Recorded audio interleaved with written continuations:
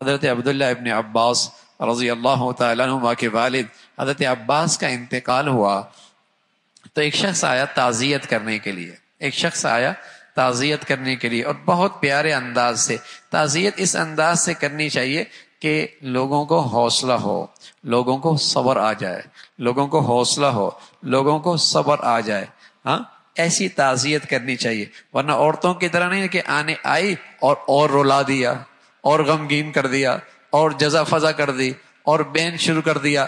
ہاں ناجائز ہے. حوصلہ دو، حوصلہ دو، حوصلہ دو.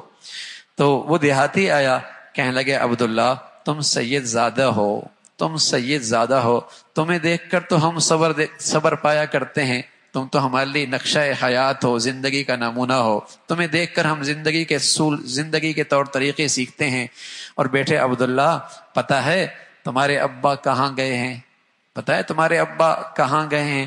اگر تمہارے ابا تمہارے پاس ہوتے اور تم ان کی خدمت کرتے اور ان کا خیال رکھتے اور ان کی رعایت رکھتے، تم انہیں وہ راحت و آرام نہ پہنچا سکتے جو انہیں اللہ آج راحت و آرام دے رہا ہے، جو اللہ انہیں آج راحت و آرام دے رہا ہے.